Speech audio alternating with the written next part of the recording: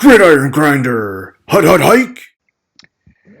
All right, it's Friday night, Gridiron Grinder time. I'm Ryan. With me, as always, is my buddy James. Just a couple of dudes hanging out, talking about what's going on in the NFL each week. This is episode 125 of Gridiron Grinder. Just solidly cruising right along, one every week. We just keep the stuff going. And for tonight, we're going to kick things off with Name That Stadium, like we always do. After that, we'll hit the news from this past week.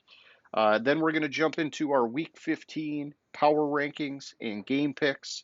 Last but not least, we'll close it off with our question of the week. And so, with all that being said, how's it going tonight, James?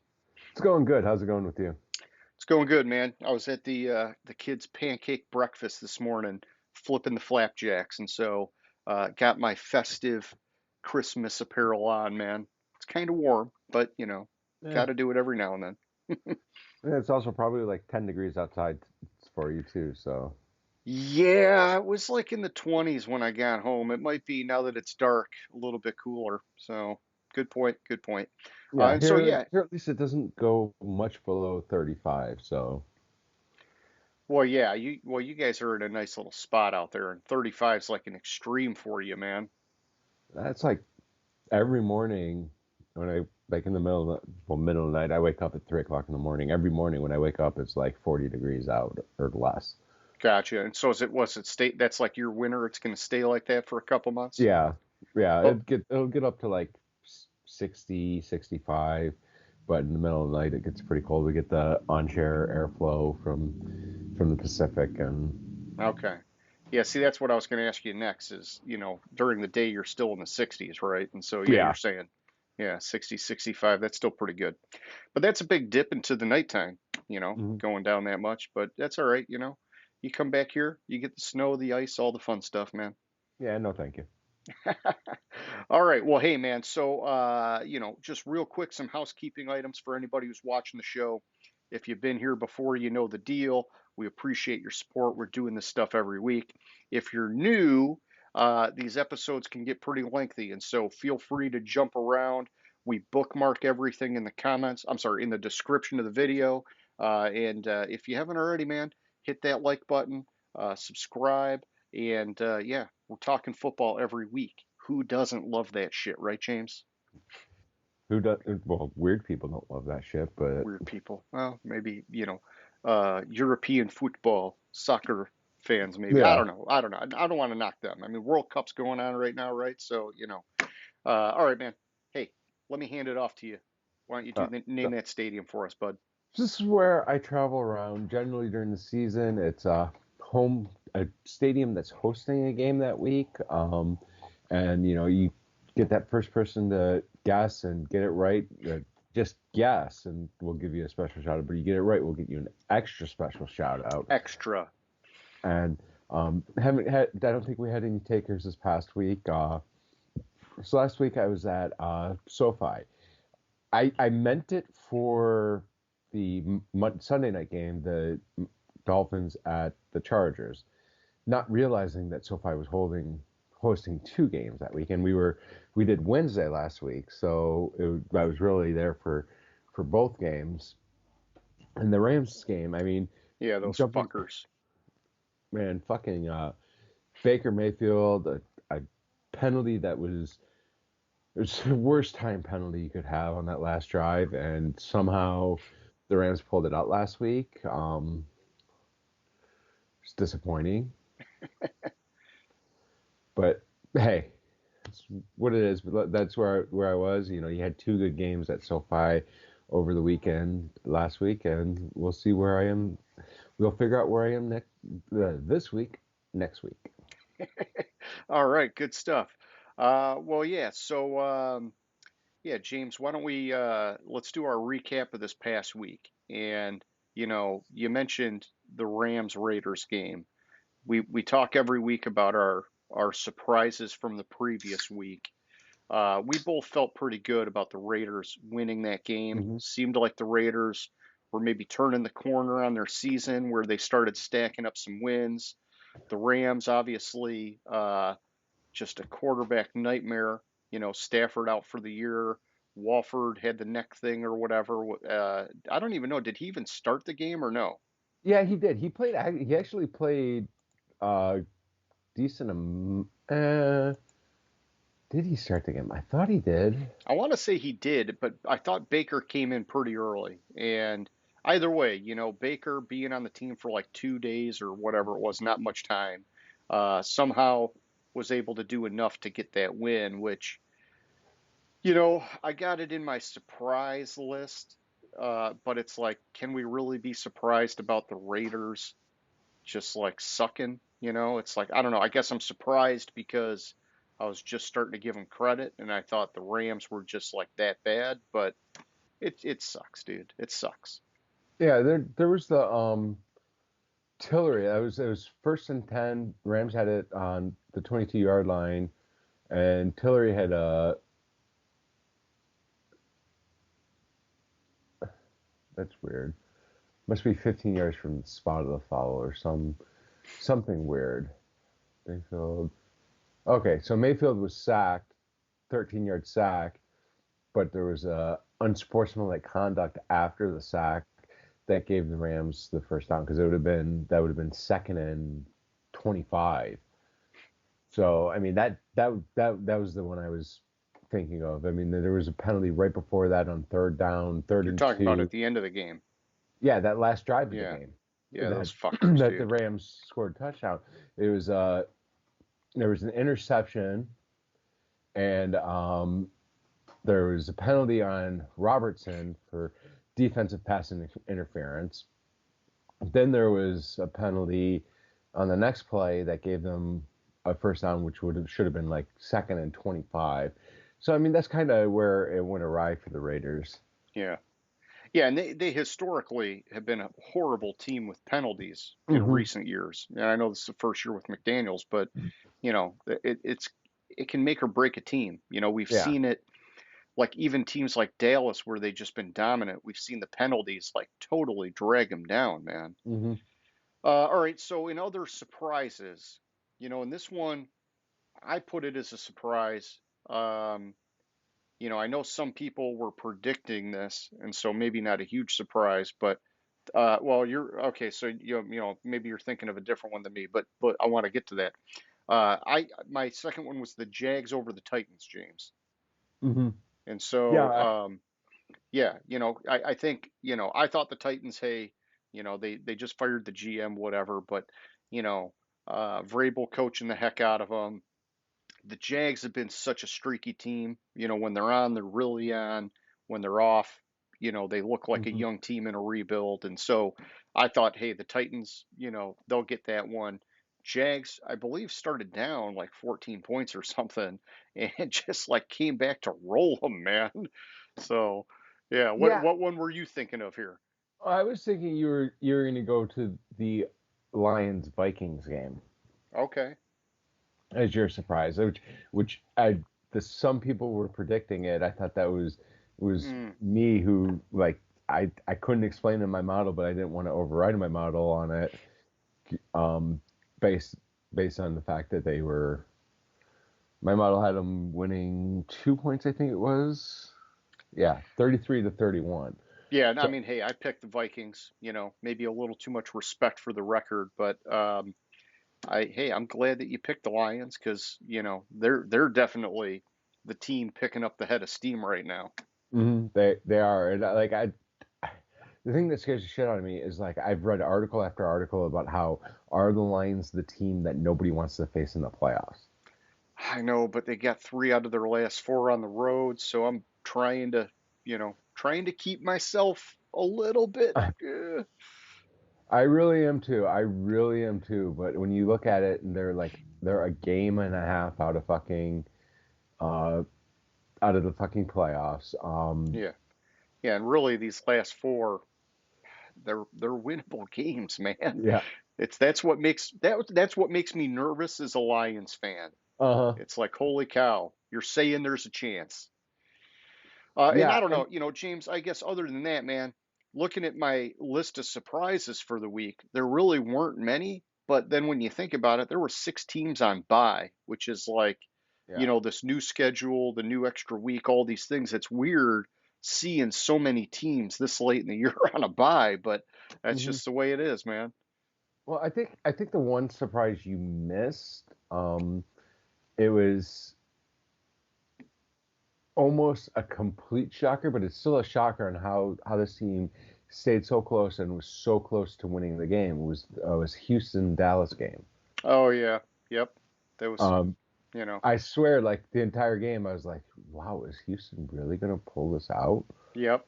Like, holy shit! Like, what are they really gonna pull this out? There's no way they can pull it out." And then Dallas, I mean, Dallas came through with the last second touchdown, but Yeah, I what do you think think it was? Dallas sleeping on him or what? I think Dallas has problems. I've been saying it for a while that Dallas has problems. Yeah. They have a Dak Prescott problem. They have an Yeah, Ezekiel Elliott problem. yeah, they played a And lot better as a team when Dak was out and they had Cooper Rush at quarterback. It's like everybody knew they had to chip in, and now they're like reverting back to that. We got so much star power, we're just going to let them do what they got to do, and uh-huh. it's not always getting it done. Yeah. So, but what I was saying with the Lions a minute ago is if they win this weekend, they will be a half game out of Yeah, seventh place. yeah. If they won this weekend, dude, I'll start freaking out, man. Yeah, And unless I think they can win. And I don't, I know we're going to get there, but yeah, it just it's on the road. The Jets are in a similar kind of position where they're fighting for their playoff life, and so yeah, uh, well, yeah, we'll let's save it kind for of later. dive into that because I have a lot of things to say when we get to that pick and like our our kind of picks are like order of our picks because we didn't update it for the final announced games on Saturday, so we're gonna have games kind of out of they're not gonna be just to warn people it's not gonna be directly in order of the games because Oh we're not yeah, gonna have the three Saturday games first. We'll have the Saturday games will be at the end, and it's kind of a little mixed up this week because we didn't correct that on our list. yeah. I mean, hey, if our 19 subscribers want to get on us for that, hit us up in the comments. Say it to our faces. You know, Mm. we start looking at this shit long in advance, people. But yeah, I'm sure they understand. It's we don't have those lackeys that we can just be like, hey, update this shit. We got day jobs, James. Sure. And but the if you want to go on an overarching surprise is we're entering week 15. There's what, four games left in the season? Yep. Four games left in the season and only three teams are actually eliminated from playoff contention. Yeah, that's pretty wild. Yeah. Uh, Chicago, Houston, and Denver. And like Indianapolis and uh, like the Rams. The Rams are 4-9, and they still theoretically could make the playoffs. Yeah, it's like a highly unlikely thing, but there's still a path. Yeah, and only two teams have clinched the playoffs. Hmm. Two. That's Philadelphia. They've clinched the playoffs, and San Francisco have clinched their division now after last night. Yep. All right. Well, hey, man, let's talk injuries. And so this last week, I know there were a couple concussions. Kenny Pickett, obviously, like really just kind of spoiled Pittsburgh's chances of beating Baltimore. Unfortunate, seeing him go down. Russell Wilson, I didn't get to see that one, but I heard that one was really bad. And I think he was already ruled out for this week. No, actually, he cleared concussion protocol, But but they he's not going to play. Yeah. So all right. So yeah, he cleared the concussion, but they still ruled him out. Dude, and I mean, correct me if I'm wrong here, but I skimmed an article that said he was knocked unconscious. I didn't see that article. I didn't see the play either, but I mean, it the way some of these hits are going in the NFL, it wouldn't surprise me. Oh, I know, man. I know. And then there were some finger injuries this past week. A little string of those. Tyler Boyd dislocated finger. And then I guess this one was last night, so maybe cheating up a week. But Tyler Lockett broke a finger. Uh, oh, Those two guys. you skipped over Did I a, miss a another concussion? no, you skipped over a big injury so far. I think you might have missed a concussion. I'm I'm sure not I did. sure. I'm not sure what his injury is. Let me see real quick. I think Hey man, let's hit the ball back and forth here, James. uh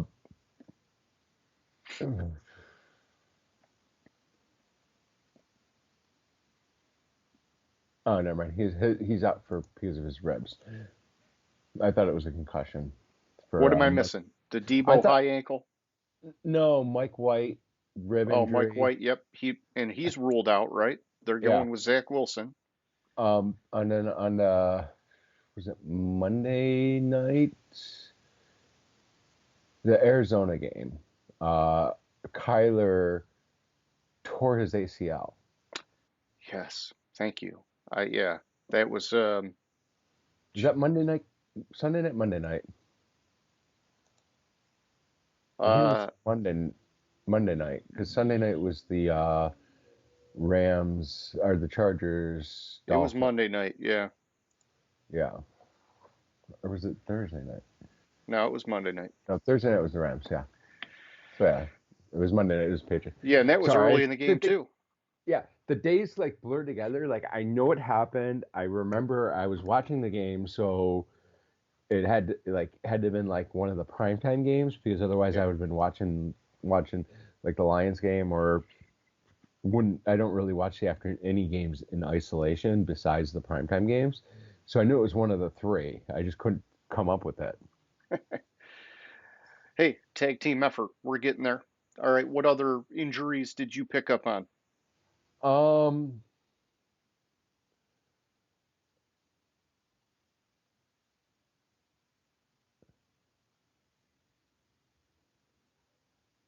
And hey, I while think that you're was it. looking, you think I was that's just it? I think that was it. Uh yeah, that was it. Okay. Oh, Jacobs is hurt somehow.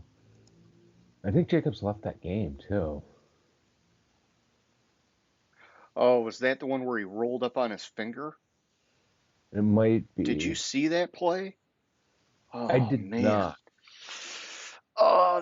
Oh, it just, dude, it makes me feel so uncomfortable because I've messed up so many of my fingers over Hmm. the years. Uh, he was going down and he like put his right hand in Oh, front of him yeah, I and did then see that. landed on it and his frickin' pinky got pulled back the other Oh, way. yeah, I did Oh see my it. gosh, man. It's yeah, and they taped it. He finished the game with it taped up, but I think it was towards the end of the game when it happened. Uh-huh. Yeah, yeah, I did see it, but it's looking like he's gonna play. I just glanced up and saw like that he was on the injury report, and then I remembered there was something. Corey Okay. Davis had a concussion. Quinnen Williams has a calf injury, stuff like that. Okay. Yeah, we covered the big stuff. Yeah. Well, news-wise, I didn't have much there either, James, and so hopefully you can pick me up on that spot as well. But I saw Steve Keim, the Cardinals GM. He's taken a leave of absence. Looks like it's a health-related kind of situation, and they're saying he's going to be away from the team indefinitely. Um, they're in pretty big disarray at this point. Kyler out.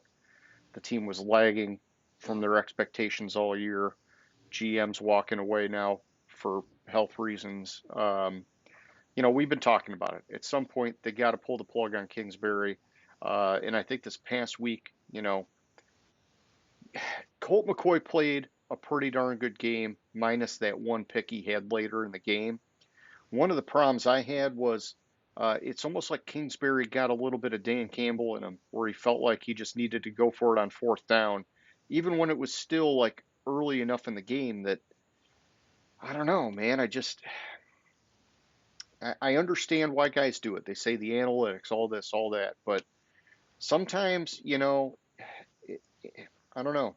You gotta know basically what's going on in that game. You got to know the narrative, you got to know the momentum, you got to know those things because the analytics don't always apply, man. And Mhm. it just, I don't know. And to me, that was like a sign of his desperation. And then, of course, later in the game, they were down, and so they were going for it on fourth down, kind of out of necessity. It just, I don't know. So, something's got to give, right? And they're saying Kyler, because of the ACL, might not even be ready until the end of next year if he even Mhm. plays next year. And so I don't know what you do, man. Do you just let Cliff go one more year knowing that he's going to fall on the sword after next season? That seems like a waste of a year. It does. I don't know. It's a good point. The other news I have, and I'm going to do this in this order purposely. Um, I'm not trying to minimize this first piece. I just don't want to end the news on this piece. Sure. And it doesn't relate to the NFL. Okay. It's college football. But head coach of Mississippi State, Mike Leach, died of a heart attack this week Yeah, that was a good one to at point out. Yeah. at, at 61, and It's young. it's young. You know, everything I've ever read about him is like amazing, which it's one of the good ones. One of the funny stories that keeps coming up in sports talk radio this week is a number of years ago when he was like an offensive coordinator at Oklahoma, and they were playing Texas, so he had his player leave a fake script of their first 15 plays on the field in a spot where Texas would find it and look at it. Hey, look, I got the script. I know what they're gonna do. Um, I remember that this was like 15, 20 years ago, 23 years ago. It was in '99. I remember this. Um, and it was like the funniest thing. Um,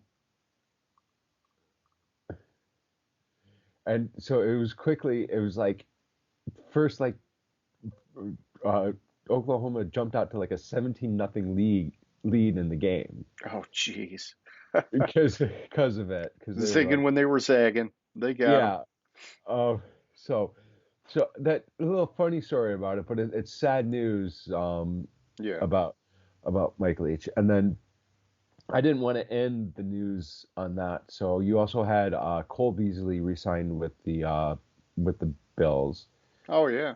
and T.Y. Hilton signed with Dallas. And there's also rumors Jerry Jones has came out as recently as today and saying that they were close to signing OBJ, but we'll see because there's other things going on with that where Jerry's kind of said, well, I'm kind of hesitant to sign a player that I can't see on the field and this Yeah. and that. And then like after Beckham's visit to with Dallas was when they signed T.Y. Hilton.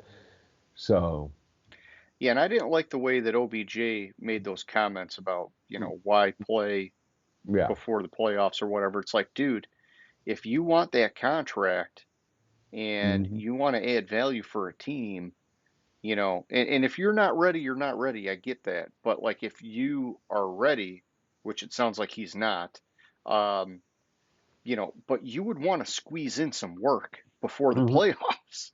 You can't just expect a team to just trust you to walk into a playoff game having done nothing for them at all the entire year, not even being on the team. And so I don't know. It seemed a little foolish to me. Um, and then with Cole Beasley, I was But surprised to see they signed I'm him. I was surprised, but the story behind it is apparently like last week or well, like they re-signed not Josh Brown, John Brown. Okay, Um, yeah, they had John Brown. Yeah, yeah, they re-signed him, and then so apparently over after the game or at some point shortly before the re-signing of Cole Beasley, uh, Allen, blah, blah, what's his face, Josh Allen went to the GM and said, I need a slot receiver. Okay. I need a slot receiver. We need that slot receiver. We need this receiver. Why don't we sign Cole Beasley back?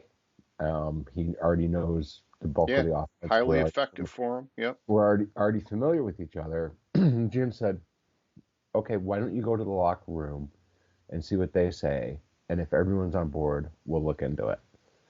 Unanimously, the locker room said yes. Well, that's good, man. Because yeah, he definitely went out ruffling some feathers on the Mm-hmm. management side of things. Yeah. So, but it looks like Josh Allen was the reason.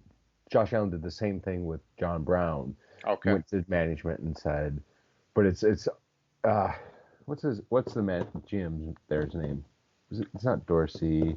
It's Bean. Brandon Yeah. Bean. Yeah. Apparently it's true. Like he said, we take into account. We keep Josh Allen in the loop and we take into account his opinion on stuff. And it just kind of reiterates that they actually do that, Yeah. unlike what Dallas was doing with, or not Dallas, Houston was doing with Deshaun Watson, which led to Watson demanding the trade. Yeah, and I mean, hey, a lot of teams are like that, where they just make Hmm. the moves regardless of what the players think or want. And I Yeah. think to some degree, it's like to some degree you have to make your decisions because you're the leader, and ultimately at the end of the day, it's going to fall on you. But if you have, I think it's like the franchise quarterback that you know is going to be there for a long time. Or Hmm. like if it was like the Ravens with like a guy like Ray Lewis or something, it's like, maybe like certain players you should extend that courtesy to because they're really more than just a player for that team. Oh, I They're don't know. like a Like foundational maybe piece of it. should Green Bay do that with I don't know Aaron Rodgers?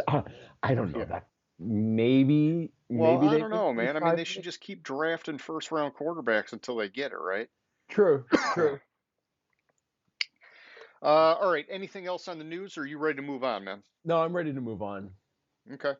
Well, let's kick it over. Let's do our Week 15 power rankings. And so, James, before you jump into it, I will say this. We maybe have not had takers for Name That Stadium in a while, but you did get a nice little pat on the back by Ultimate Scouting this past week uh, in favor of you putting Cincy at the top of your power rankings, man. So we're getting a little bit of action. A little bit of action. I mean, it kind of it just made sense to me when I moved Cincy up there, especially because of the fact that they did beat Kansas City Yeah. and then they won again against another top 10 team I had. So it just made a lot of sense the way they're playing. They're playing better and they continue to win. I I foolishly picked against them last week, even though I moved them to number one. Uh, we'll try not to do that again, but it's good to get the nice recognition from somebody else agreeing with me. Oh, yeah, man. All right. Well, yeah, give me your 1 through 5, bud. There is absolutely no change in my 1 through 5. I considered a little bit of an adjustment because I didn't like certain things. I considered flipping my 2 and 3, but ultimately I didn't do it. So I have Cincinnati still at number one. They won.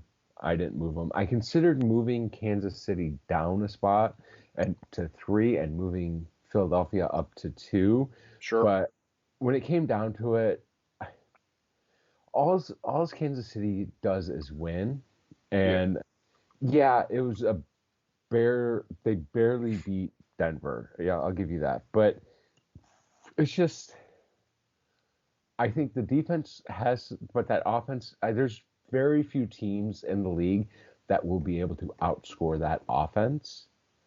So I left them at 2. They're on. It's on kind of on notice. I might drop them if they start having these close games that they shouldn't have. Philly at number 3. They beat the shit out of the Giants. They beat the living shit out of the Giants. I I'll get more on the Giants later, but Jesus Christ, Philly's a good team. Philly has the best. We've said every week they have the best. Each side each side of the ball, offensive defensive line, that best in the league currently. Um, there's a couple teams that are surprised that are giving them run for their money at like the best offensive line. Like I think Detroit has one of the best offensive Yeah. lines this year. But I still don't think they're better than Philly. Anyways, number 4, I have Buffalo. They won. They beat the Jets. It was closer than I would have liked, but it's a division matchup, and so I left them at 4. Number 5, I I considered, this is another one I considered dropping because of how I didn't like the ebb and flow of their game.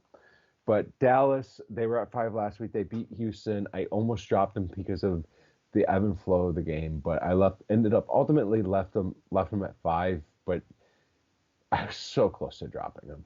I got you.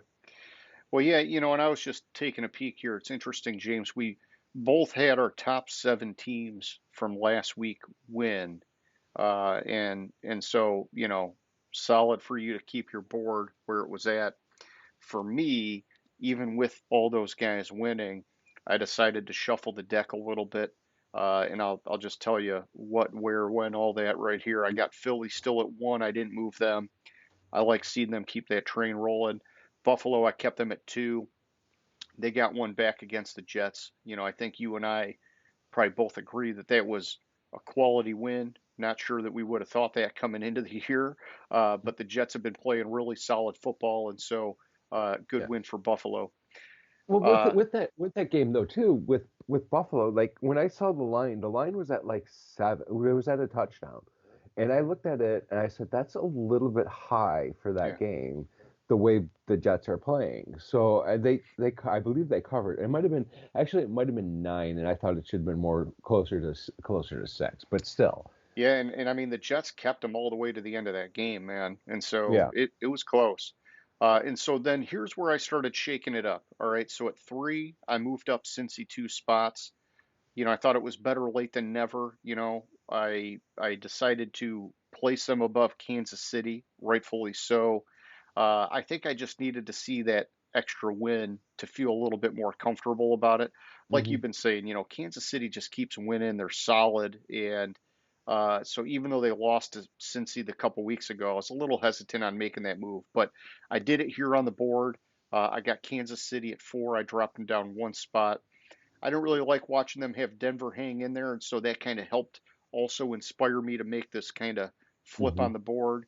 And then at 5, James, I've got San Francisco, and it's one where my note here is that you take it with a grain of salt because Tampa Bay is playing atrocious football, but it was still impressive how San Francisco can just crush people, uh, even with the third string quarterback, man. And I don't want to take anything away from Brock Purdy because, minus that one pass that Diggs dropped last night, could have been a pick. I mean, the dude's played solid Hmm. football for a guy that came out of nowhere, man. And yeah, so I'm showing San Fran the love. I think they can get it done even with him as their third string quarterback leading the way here now.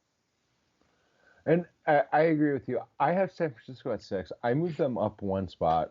And just a slight correction on what you said. I had my top 5 teams win last week. My number 6 team lost because I had Minnesota at 6 last week. Oh, gotcha.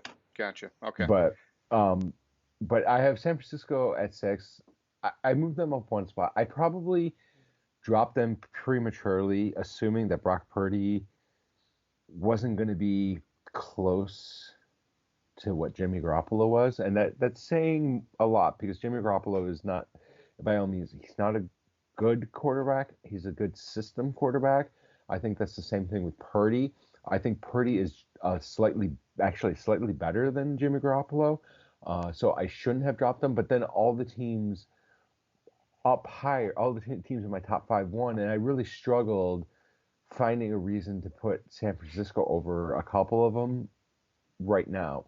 I know, especially off of a win versus Tampa, who I have so far down the list. Okay. Baltimore, Baltimore kind of probably moved up 1 spot. They probably really should have moved down 1 spot, not up 1 spot. But it's just kind of a function of where it happened in my board, where teams behind them lost, teams ahead of them ahead of them one, except for one team. So like they ended up moving up one spot. It was by all means it was an unimpressive win against Pittsburgh. Yeah, they lost. They didn't have Lamar, and then they lost Huntley during the game. So I can understand that, but it's. I have concerns about Baltimore going forward right now until they get Lamar fully back. Number 8, I have Minnesota. This is an interesting one because yeah, they lost to Detroit. Yeah, they lost handily to Detroit. Yeah, they're not playing better, but also it's kind of like, where do I put them? What do I do with them? Yeah, because they How still got 10 far? fucking wins, man. How? Yeah. Yeah, how far do I drop them off that loss? Um, I'm kind of holding out because really one win by them, a tie by them, or a tie or a loss by the Lions gives them the North, and which I mean I kind to clinch it this early in the season, they still should be in the top 10, but I struggle with it. They ended up falling at 8 because of what happened else. I probably should have put them down closer to 10, but then you're getting into the area of, well, you're also getting to the area of, well, right now or earlier in what we saw coming in, could this team be that team? Which team's more consistent? Which I have the Chargers at 9. They're starting to become more consistent. They moved up 2 spots. They had a nice win against Miami. Um, Herbert Herbert played well. Um, so I gave the Chargers. It was really it was like, how far do I jump them? But then once I looked at my board and moved them, I had Miami. Miami would have been 9 at one point, and the Chargers would have been 10. So I think the Chargers just beat Miami.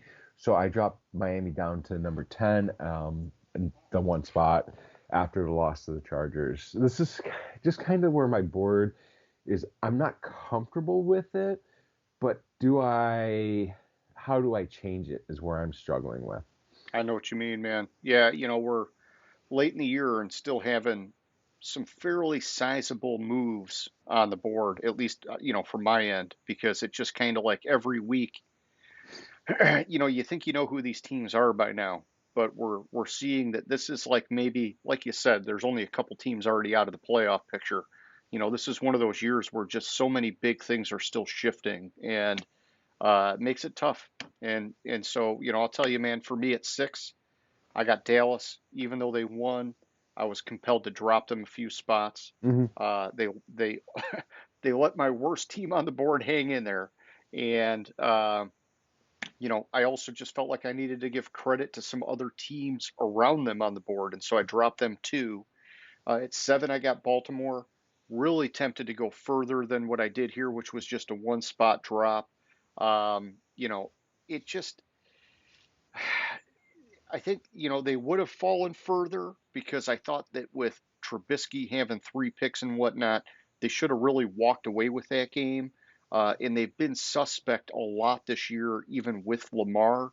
Hmm. But a lot of teams in this range on my board lost, which kind of Hmm. helped them only fall one spot. So it was good for them. At 8, this was one of my bigger moves. I moved the Chargers up 6 spots, and these guys just keep messing with me, man. It's like when I get behind them, it blows up in my face. When I don't get behind them, it's like that every week. And I hear what you're saying.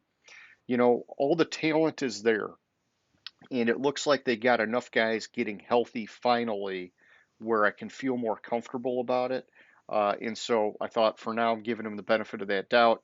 It's just hard to trust them, but Hmm. this created sort of some harmony on my board, so I ran with it. At 9, I've got the Dolphins tied to that Chargers move a little bit. Miami went down 1.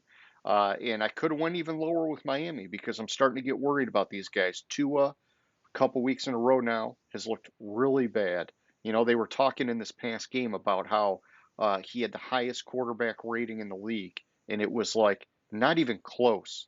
But these past couple weeks, he's had one of the worst quarterback ratings in the league, and so it's just like, holy cow, man. And then, really, aside from him, their secondary has just been destroyed by injuries this year. And Xavier Howard he's healthy and playing. Got burned a couple times in that game, but I'm just I'm concerned, and so looks like you're wanting to jump in here. No, okay, No, uh, I'm just I agreeing love with that. it.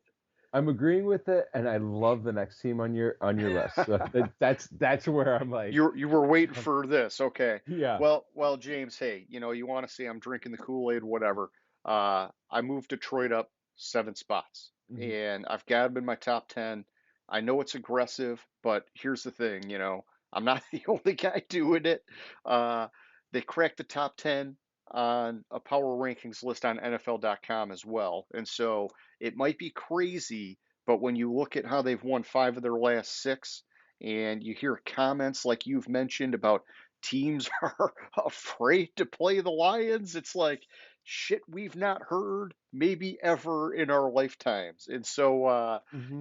I'm just going to run with it while I can, man. I got to do it. Oh no, I love it. I I was slower than you to start to drink the Kool-Aid on them, so they were a little further down on my list. I moved them up 6 spots, so that should just show you like how far we were that far off to begin with. I couldn't put them in the top 10. I love you putting them in the top 10. I agree. That's kind of where I was leading with them, and it's just this. I have to move them up methodically. Hey, it's good, man. Usually it's the other way around. Uh-huh. So Yeah, I'm fine with switching it up every now and then.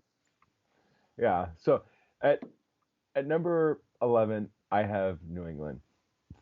This is kind of like I don't like New England this high. I don't like New England this high. I don't like New England this high, but they They're keep all winning. defense. They keep winning. Defensive defensive winning. I have them ahead of Titans. It's just I this is where I still don't feel comfortable on how my board is setting up, but with teams like losing, like Tennessee lost, so they probably should have dropped. Tennessee dropped 2 spots to 12. They lost to Jacksonville. I could have dropped them further, but I had Jacksonville kind of. I sandbagged Jacksonville a lot not too long ago because I didn't like they were being inconsistent. So um, I think Jacksonville probably is going to end up in my top 15, depending on what happens with them, depending on like the next couple weeks. At 13, I have the Jets. They lost to one of my top teams. I chose not to move them for losing to one of my top teams. 14, it's the same story with Cleveland. They lost to my number one team.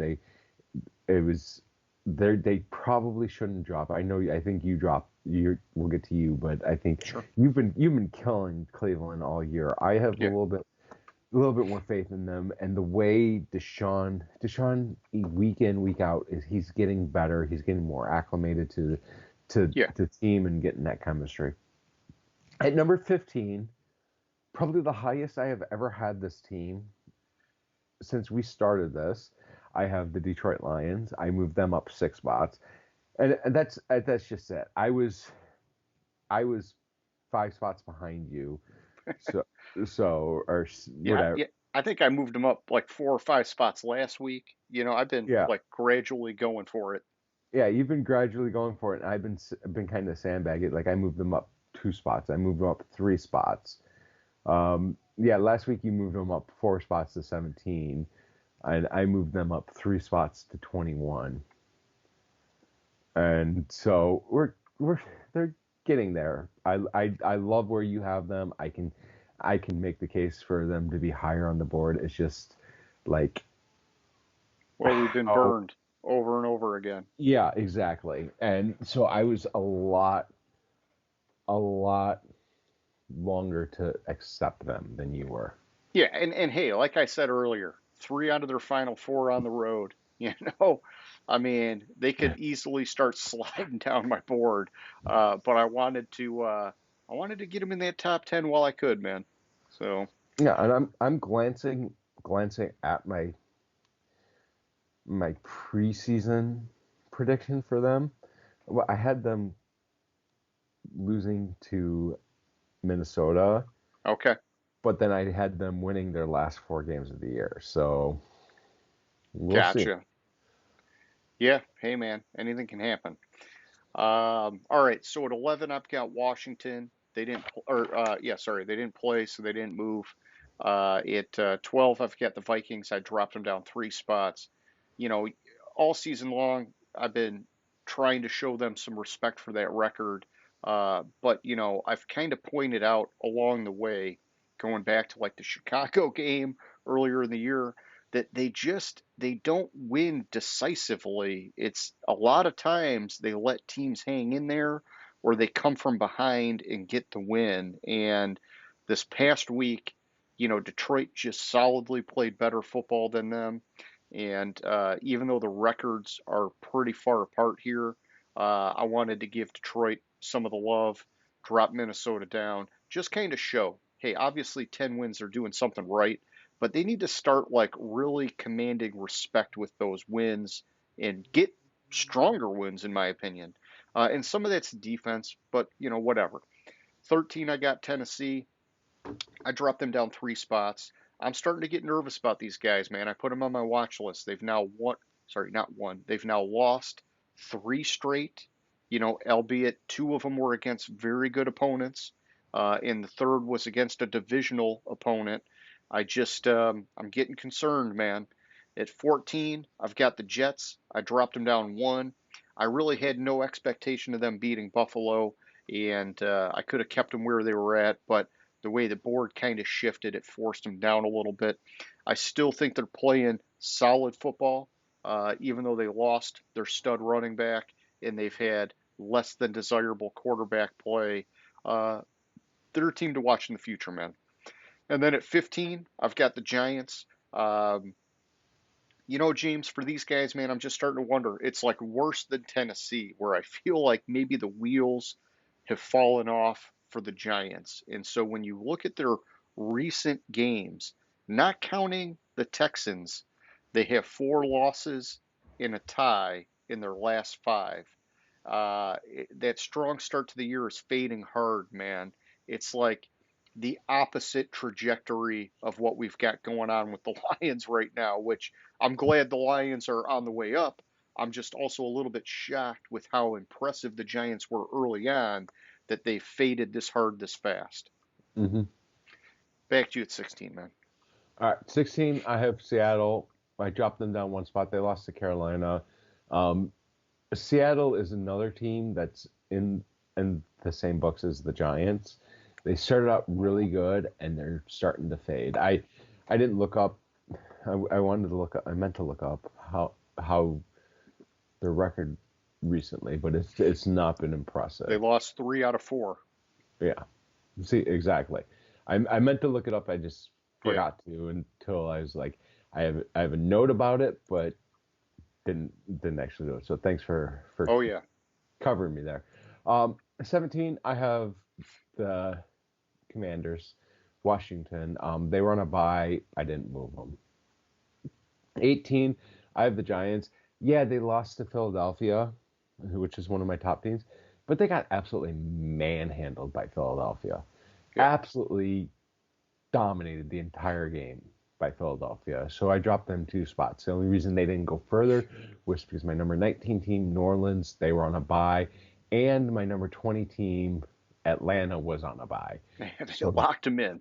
I kind of locked New Orleans and Atlanta into those 2 spots.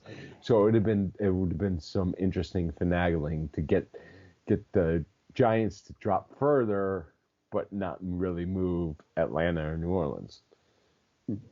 I got you. All right, so James, at 16, I got the Patriots, and much like you, hesitant to let them go up on my board. I had them go up 4 spots, which is a really strong bump, and I don't have any conviction behind it because, like I said earlier, they're all defense, man, and this part of my board got jacked up bad. That's all I'm going to say. And when I looked at the Patriots, I said, okay, whatever. Maybe they are all defense. They're finding ways to win. And Hmm. so I felt like I had to do it, and it's okay. Sometimes we got to do these things. This next one's my wild ass move. Probably of the 3 years we've been doing this, I don't think I've done something this aggressive, which is I moved Carolina up 9 spots, James. I don't think I've ever had a double digit move, so this is as close as it gets. Basically, sometimes you feel it in the jellies, man, and you just got to run with it. They, they they're winning games, and I'm rooting for Steve Wilkes, whether he gets the job there long term or somewhere else. He's getting that defense to play great football. He's focusing on the running game, and man, I like the dude's approach, man. I really do. And so I thought, what the heck? I'm going to blow him up here. They beat Seattle. Let's get them ahead of Seattle on the board, basically. So, and then at 18, I got Green Bay. They didn't play, so I didn't move them. 19 and 20, I've got Tampa Bay and Seattle. Both moved down 4 spots. I didn't expect Tampa Bay to beat San Francisco, but I think, the thing here that's good to point out is that basically, if Tampa Bay plays a team that even has like a mediocre pass rush, they're toast. They can't protect Brady, and their offense gets nothing going if they get any pressure at all on him. San Francisco, obviously one of the best in the league, and so they just destroyed him. And then Seattle, hey, like I mentioned when you were talking about them, they've lost 3 out of 4. It's a big concern for me. I'm trying to remember they've got a lot of young starters on that team, so it's not like the end of the world. And dropping them down to 20, really not that bad in the grand scheme of things.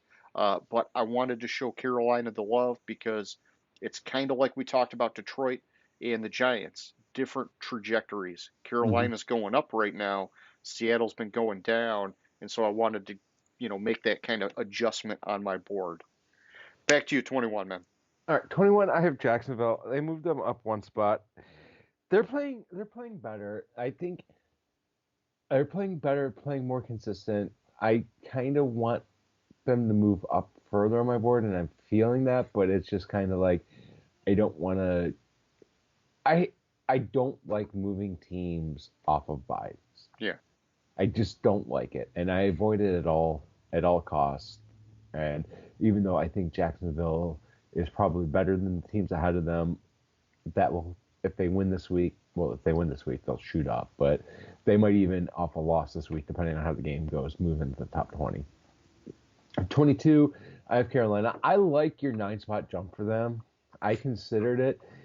It's just kind of like a little funny week on my board because of all my teams right in this range basically were on buys. yeah, Like I mean you said there were 6 buys. I had two, let me see, three, 17 to 20. I had 3 of those teams rated yeah. up that were on buys. So it's kind of Hindered unfortunate. some movement. Yeah. Pittsburgh, I I dropped Pittsburgh 5 spots this week.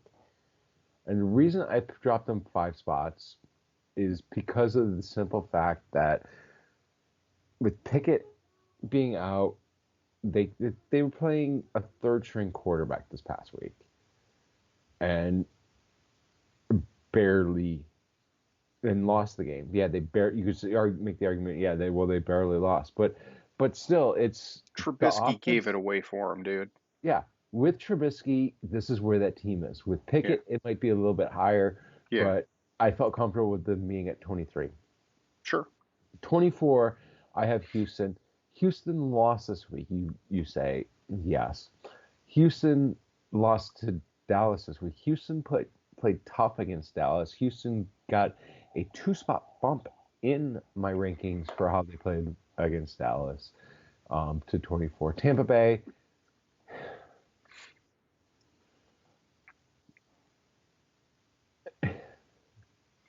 The other 3 teams that were on buys this week were in my range below 20 below 25. Tampa Bay, I wanted to take to the bottom.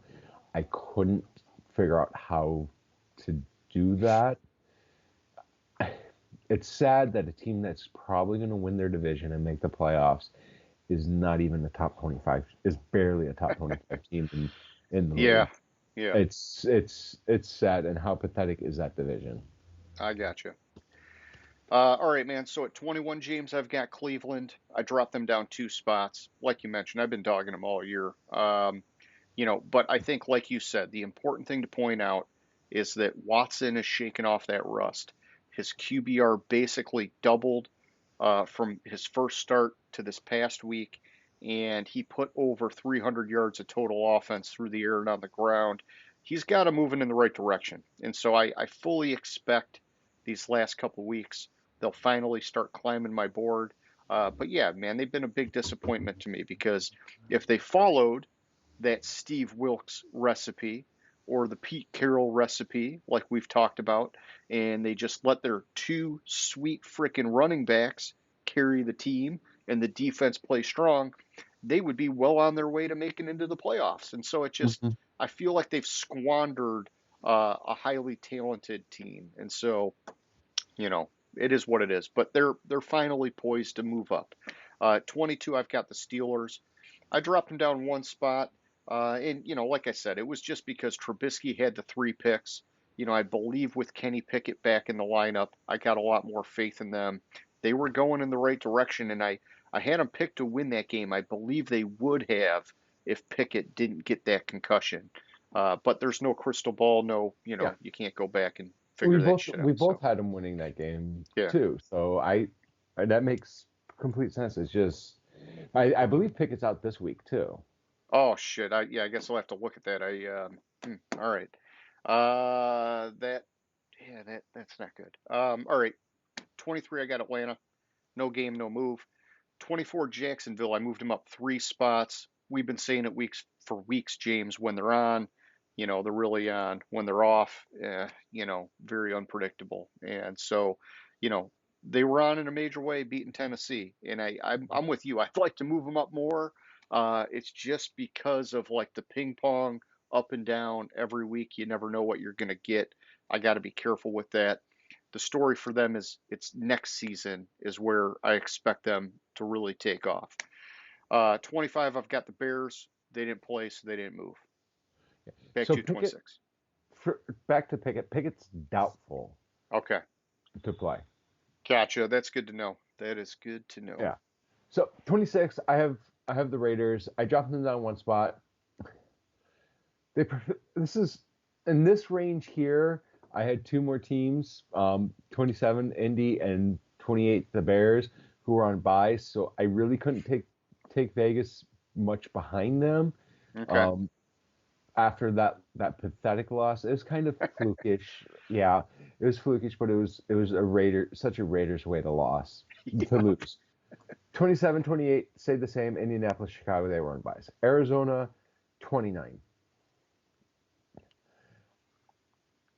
They stayed the same after that loss, which I can make the argument they should have gone lower, but it probably should have.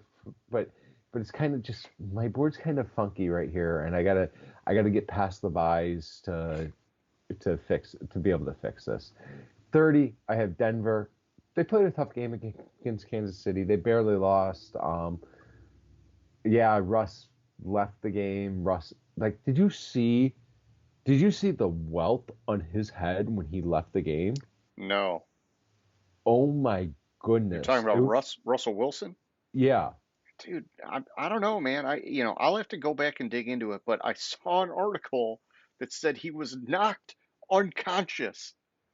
Dude, dude, And I the mean, we've welt seen on that his before, but the welt on his head was the size of this lens on my glasses. ugh. Um, it was bad. It was bad. So I wouldn't be surprised if he was knocked unconscious. But Denver ended up at 30, just simply because I think the teams in that 31 and 32 I have are worse than Denver. Sure. Um, All right, so James at 26, I got the Rams. I moved him up 4 spots. Fucking Baker Mayfield. We've talked enough about it. They're raining on our Lions draft pick parade here, but that's okay. 27, I got the Raiders. I moved them down three. They're just that dysfunctional. We've Mhm. been saying it all year, and I'm kicking myself for getting behind them last week. 28 and 29, I've got the Saints and the Colts. They didn't play, so they didn't move. And then at 30, I got the Cardinals. This was one of my big drops down. I moved them 8 spots. Hanging on to them for too long, man. When I looked at a lot of teams ahead of them on the board, I was giving them way more credit than they deserved. And a Mhm. lot of that was because of Kyler Murray. And I thought offensively, they could find a way to score points, and they just weren't getting it done. Now, with Kyler out and Cliff Kingsbury just like pretty much self-destructing in that game, I'm ready to pull the plug on him. And I'm just being honest here, man. Colt McCoy played really good at quarterback, and they should have still won that game. I mean, it's maddening watching them. And so, So yeah, that game, I don't know how much of it you watched. That game turned on the Hopkins fumble, yeah, return for a yeah, touchdown. Um, on New England, since week 9, New England has only scored 6 offensive touchdowns. yeah, dude. They have no offense, and that's Yeah, why I've been having such a hard time putting them that high on the board. yeah. But put it this way, I'm holding this can here better than Hopkins was carrying the ball when he fumbled it. Yeah, that was bad. That was He so was he bad. was shaking Yeah, it out there like a damn loaf of bread. yeah. It's no wonder it was fumbled. Yeah, and they, You they almost kept had showing the replay, trying to figure out if his hand was hit or if he just dropped it. He yeah, just dropped it. Okay, yeah. he got hit and it jarred it loose, but like nothing hit that part of his arm or his hand. He just Mhm. dropped it. All right, Yeah, dumpster fire. dumpster fire. And this is gonna my 32 stayed the same, which is probably a surprise to you. Green Bay was on a bye, Yes. so I left Green Bay at 31. The Rams beat the Raiders. I left the Rams at 32 off of a win because I think that win was so damn flukish Yeah. that they don't deserve any credit for it. They just got lucky. It was more of a Raiders loss than a Yeah. Rams win.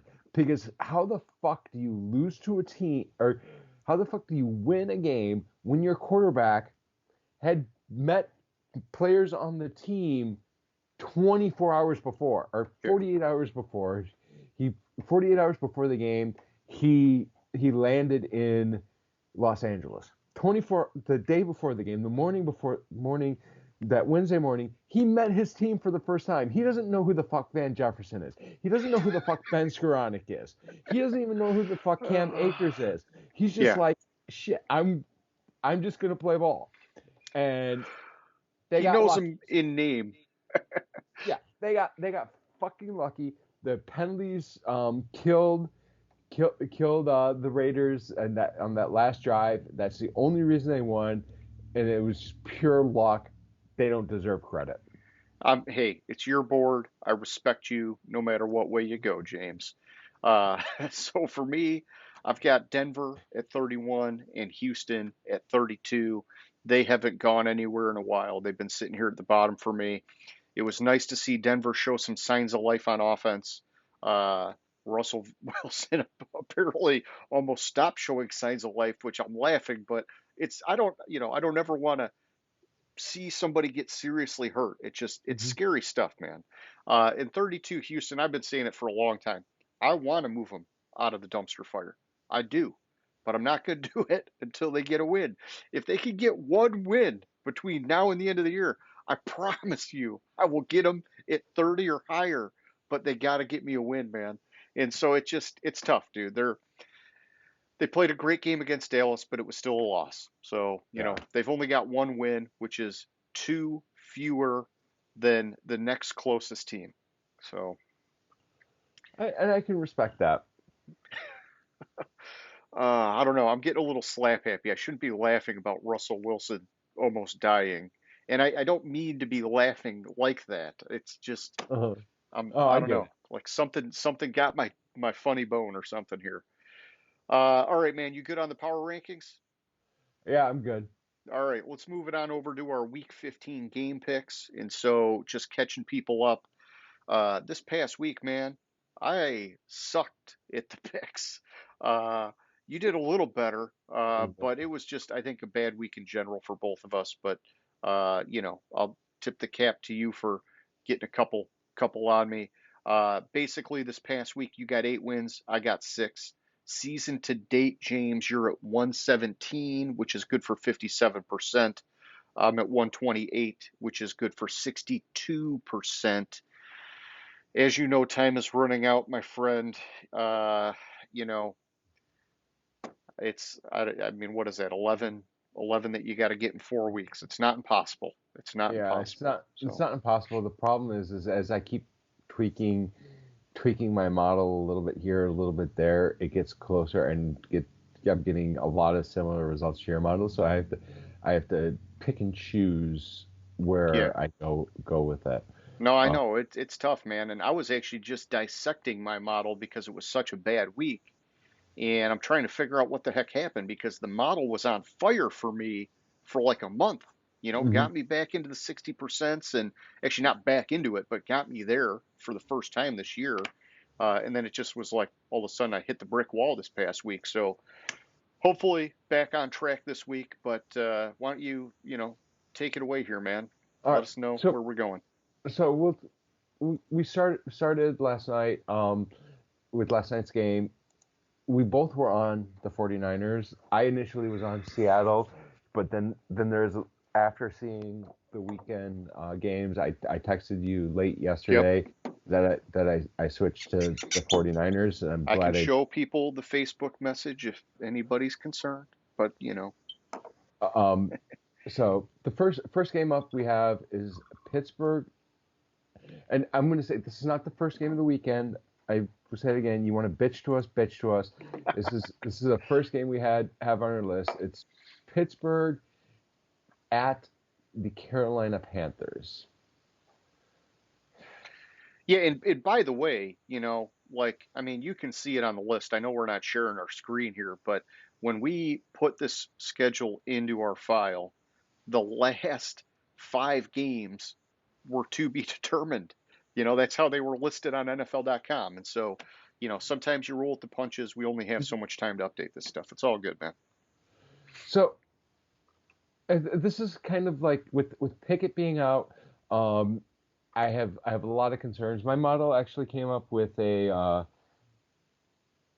Carolina win. I'm looking for a 10-point Carolina win in it, and like I just don't like Pittsburgh's chances in the game with Pickett being out. Yeah.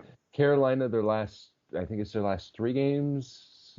Yeah, the last 4 games, they have covered the spread whatever way it was. Um, so I'm gonna go with the Panthers in this game. Okay. Yeah, and so James, I am also going with Carolina, but I'm overriding my model, which I double checked it here.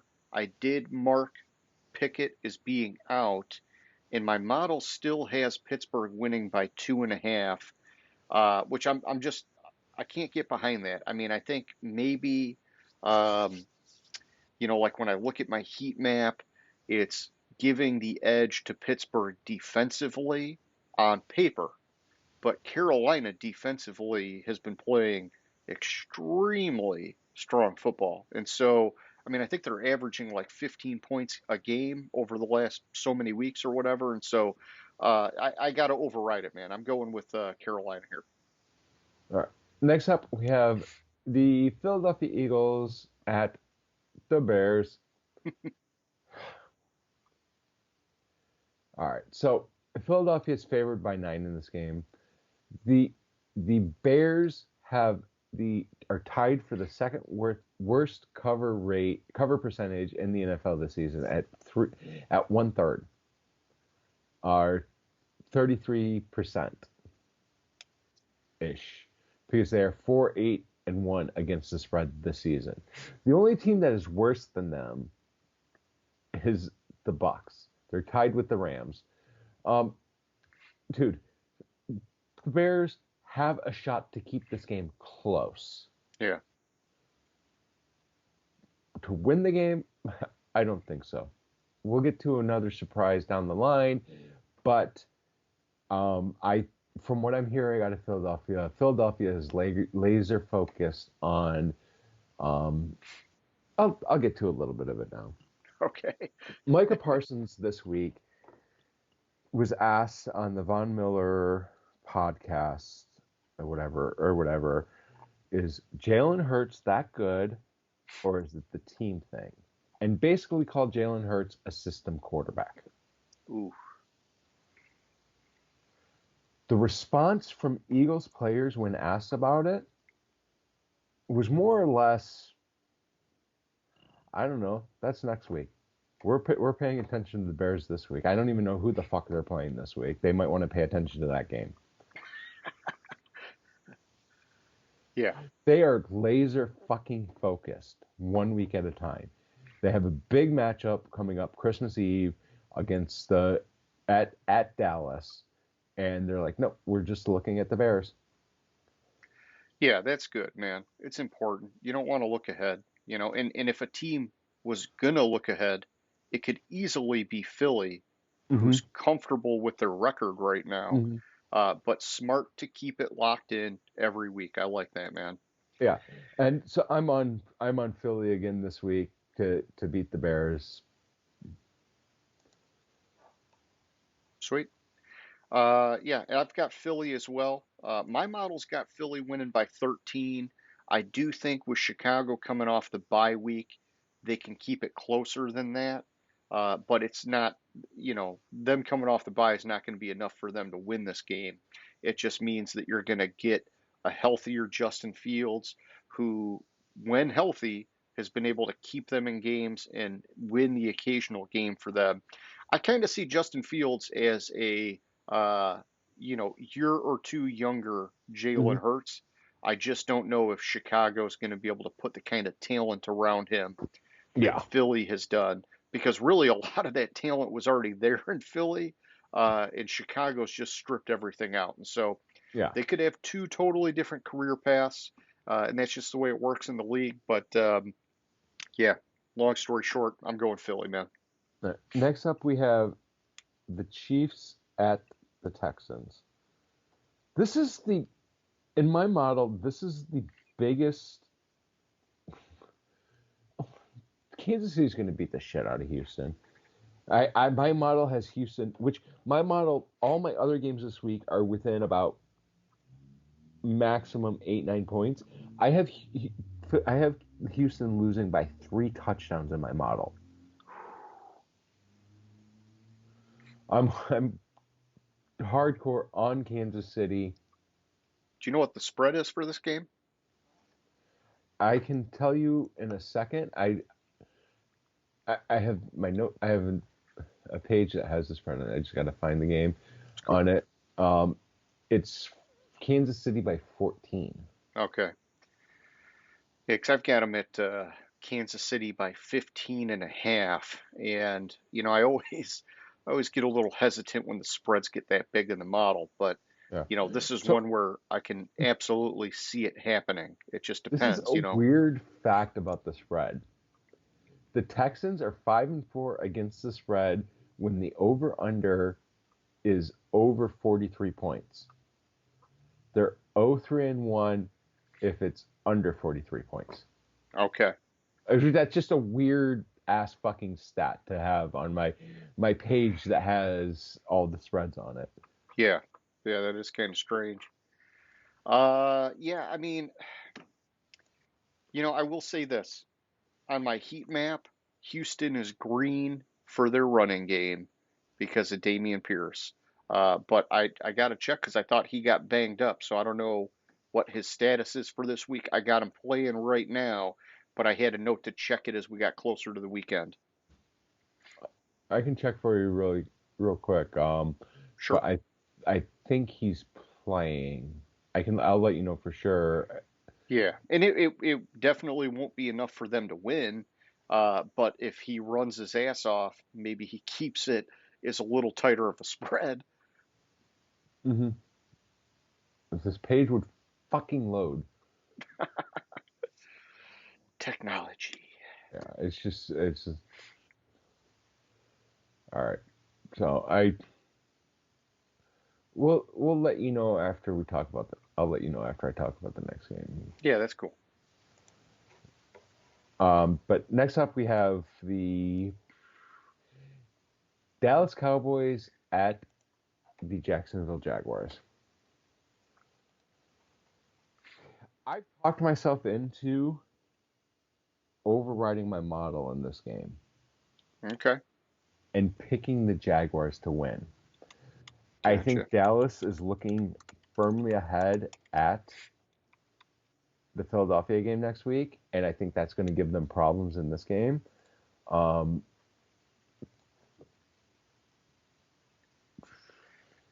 Yeah, I mean, hey, I tell you what, man, I like what your approach is, and so I've got Dallas in my model winning by 6, and heat map wise, they're all green except I believe Doug Peterson is a better head coach. Um, the problem for me, even though the model's picking, and I'm picking Dallas, by the way, I just want to make sure I'm clear on that. I can absolutely see Jacksonville upsetting them. Houston almost did it last week. Jacksonville did it over Tennessee.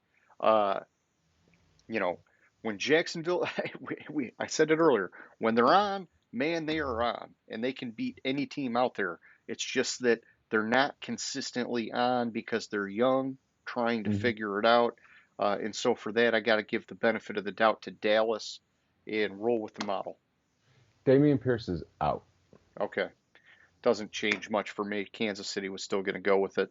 Yeah, doesn't change much. I just Good to wanted to know, let though. those folks out there that he he was he was out because that could change what they're thinking on it. Yeah. Next up, we have the Lions at the New York Jets.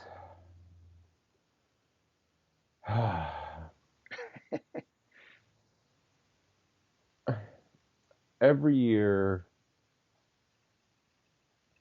I jump firmly and deeply on the Lions bandwagon. Every year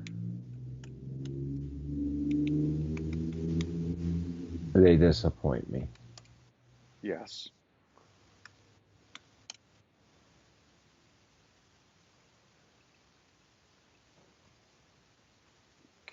Okay, so the only team in the NFL this week against the spread better than the Lions is the Bengals. The Lions are 9-4 against the spread this season.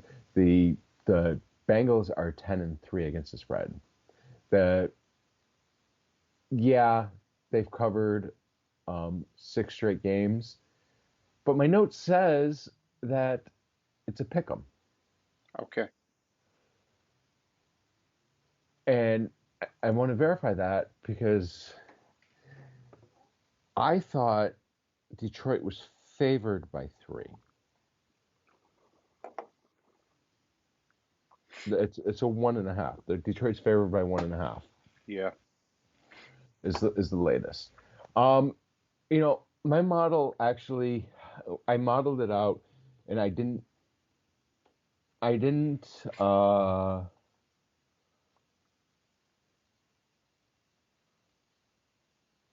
Sorry, I didn't have Mike White out. I think the Jets are better with Mike White Yeah. than they are with Zach Wilson. Zach Wilson is starting this game, which is the better choice over Joe Flacco.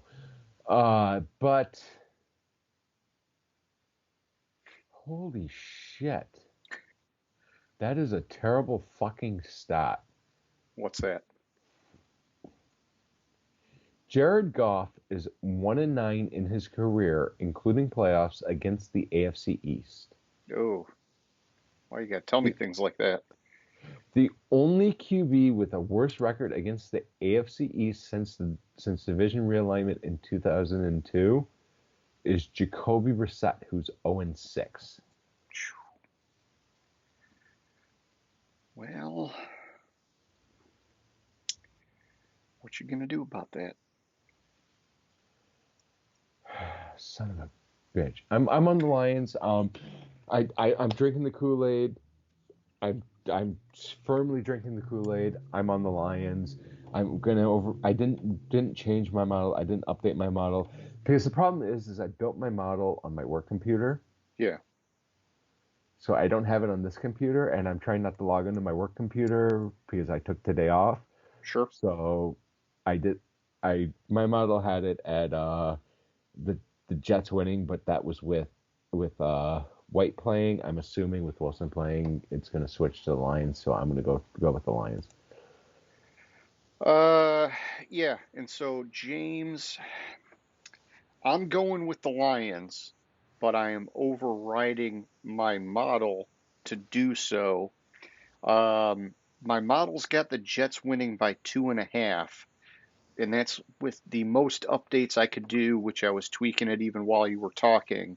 But I just, man, I'm loving the momentum of the Lions. I think Zach Wilson is a garbage quarterback, at least at this stage in his career. Maybe there's still hope for him in the future. Um, but he's just played horrible freaking football. And I think the team was rallying around Mike White, and that this is going to be like a soul crushing kind of loss for them. Hmm. And it just, I think the Lions, man, they're jacked up, they're juiced up, whatever you want to call it. I know it's on the road, and they've been historically horrible on the road. I'm just going with it, man. I think the Lions get the win here. All right. Next up, we have the Kyler-less Arizona Cardinals at the Russ-less Denver Broncos. And the spread is -2.5. Okay.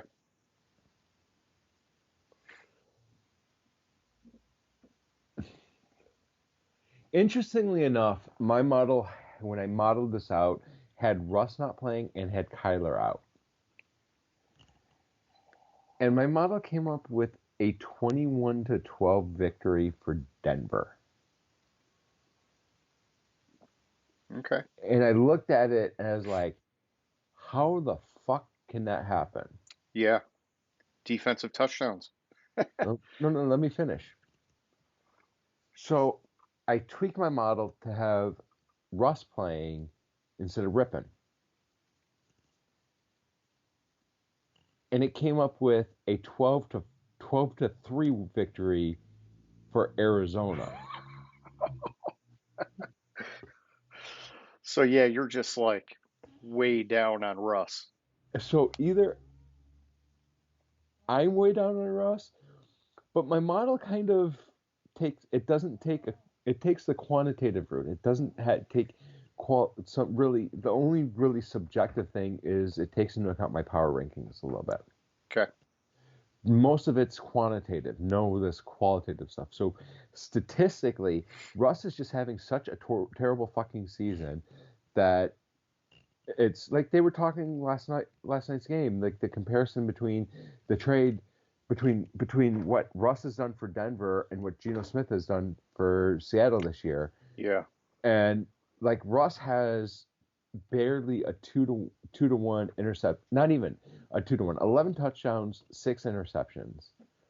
So I think statistically Rippon is just that much better, and my model is extrapolating that over a comparison over per game versus Russ Sure. per game. Yeah. And with the smaller sample size, I think it might be giving a little bit more favor to Rippon.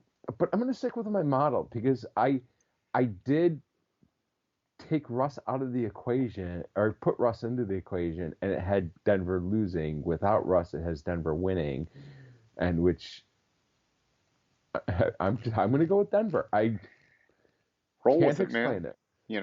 The model's the model. You got to trust it as much as you can, anyhow.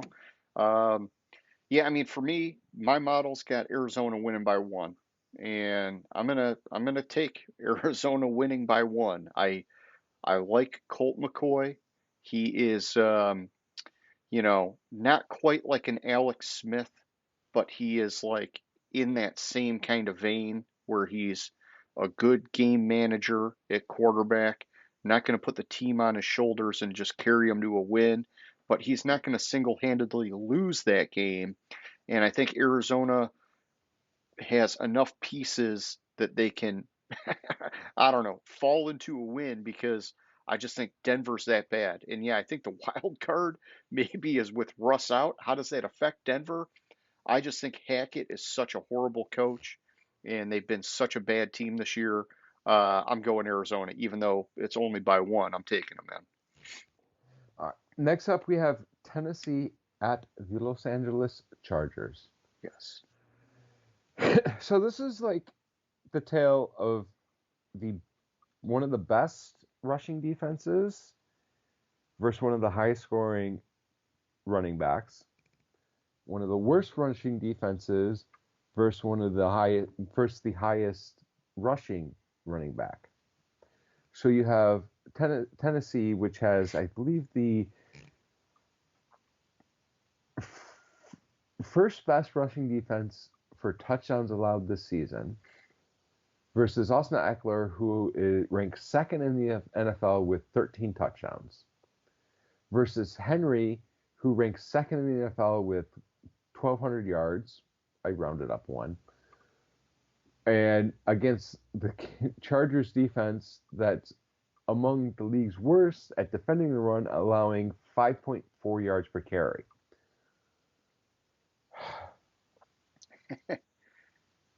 So you're saying there's a chance? Interestingly, the thing to know about this game is Derrick Henry is 4 yards shy of 8,000 career rushing yards. Okay.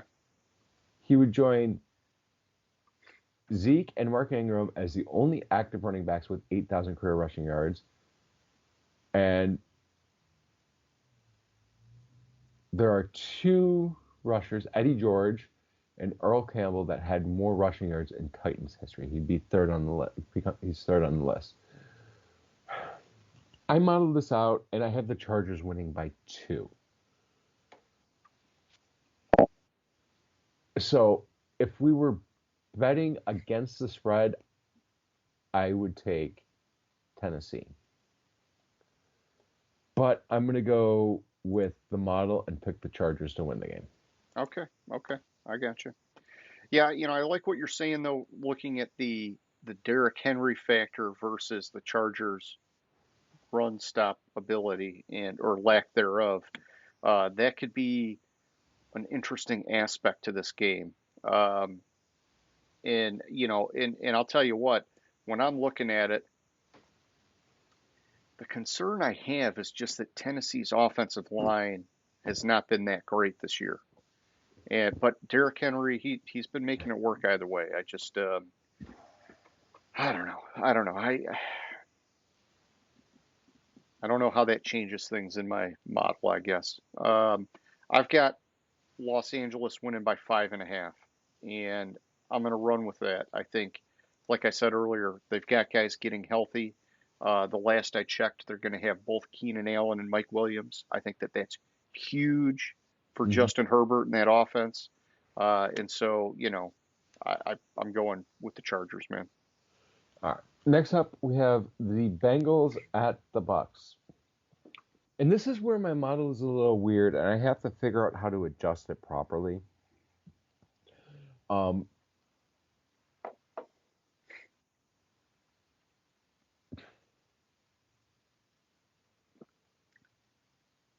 That's an interesting stat.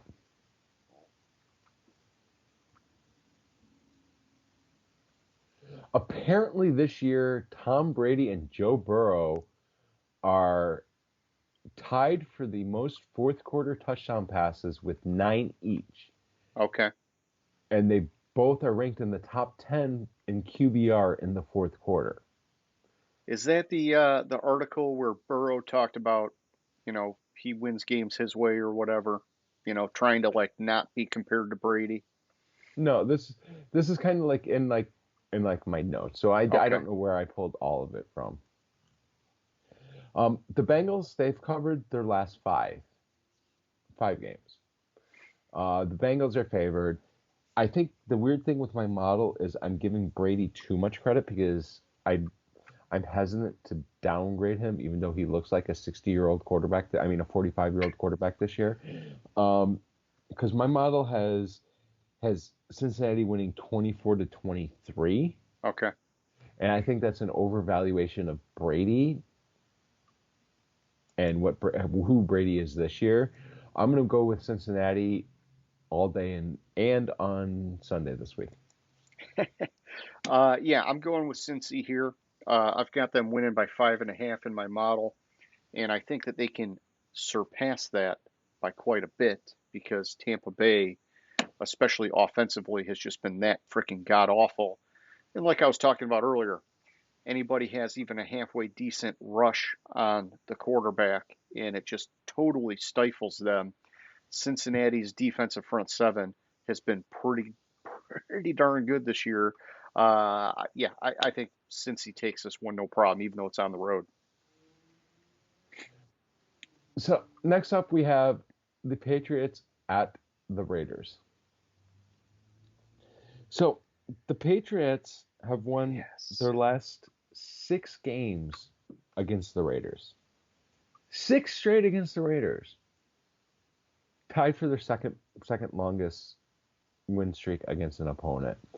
The only team that they've beaten more than the Raiders is probably because they played them more consecutively than the Raiders is probably because they played them more. Is the Jets? They beat the Jets the last 14 Yeah, games. that's wild. But still, it's been 20 years since the Raiders have beat the Patriots. It was actually the first game after the Tuck rule. Okay. 2002. That streak continues. You know, who I forget. I want to attribute the quote properly, but the quote goes, "If it rains 6 days in a row, you take an umbrella on the seventh day." I'm on the Raiders this week. Okay. I'm sorry, I'm on the Patriots this week. Oh, I was about to change you. Oh, All wow. right. Uh, Watch, that was a Freudian slip, and I should have been on the fucking Raiders. No, I'm on the Patriots. Yeah, I mean, hey, this was like, I don't know, a garbage pick for me. I don't like either of these teams. Yeah, oh hey, Belichick, McDaniels, whoop de frickin' do. I've got the Patriots winning by a quarter of a point here, James, in the model. And all year I've been picking teams against the Patriots if I felt like they could offensively do anything. I would like to do that for the Raiders, just like I've done with other teams, but they're so dysfunctional, and the Patriots defense has been finding ways to win them games, and so I got to go Patriots, man. Yeah. Next up, we have the Los Angeles Rams. We have Monday Night Football. Los Angeles Rams at the Green Bay Packers. I modeled this out, and it was only a touchdown victory by the Packers. But you dig into it a little bit. Rodgers has won 8 consecutive Monday night games. Okay. He has 22 touchdowns, 2 interceptions in those 8 games. I don't trust the Rams one bit. I don't trust the Packers one bit. Yeah. But I think the Packers might squeak out this game. So I'm going to go with the Packers. I got you. Yeah, I got the Packers, and I think our models are kind of in alignment here. I've got them winning by almost exactly 7 points. I think the Packers early in the year were just freaking horrible. I think they started to show some signs of life on offense, especially with their younger wide receivers, Dobbs, Watson. They've had some pops in different games. And I think that, we're getting later in the year where I can trust them a little bit more. Not that I trust them much, but a little bit more. And yeah, the Rams, even though they beat the Raiders last week, it's hard to have any faith at all in them. They got Stafford on IR, they got Cup on IR, just not a good situation. Green Bay, I think, has better prospects. I'm giving them the win here. All right, next up we have the Saturday night game Okay. of the Dolphins at the Bills. Miami won the first meeting, but a weird thing about Tua in his career, he's played 2 games where he was an underdog of 7 points or more.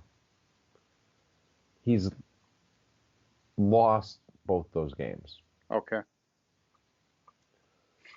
Last time he was a 7-point underdog was last season at Buffalo, where he was a 15-point underdog and he lost by exactly 15 points. Gotcha. I don't think Miami this week tried to practice indoors, and they set the AC down as far as it could go, which was 50 degrees. It's going to be like 20 to 30 degrees, 15 to 30 degrees at kickoff. Yeah. It's going to be cold. It's going to be snowing. The Dolphins have lost 8 straight games with a kickoff temperature of 40 degrees or less. Oh, that's an interesting stat. Also, they get Jordan Poyer back. And this season, when Poyer plays, Buffalo is 9-0. Okay. Everything is just lining up where Buffalo is going to win this game.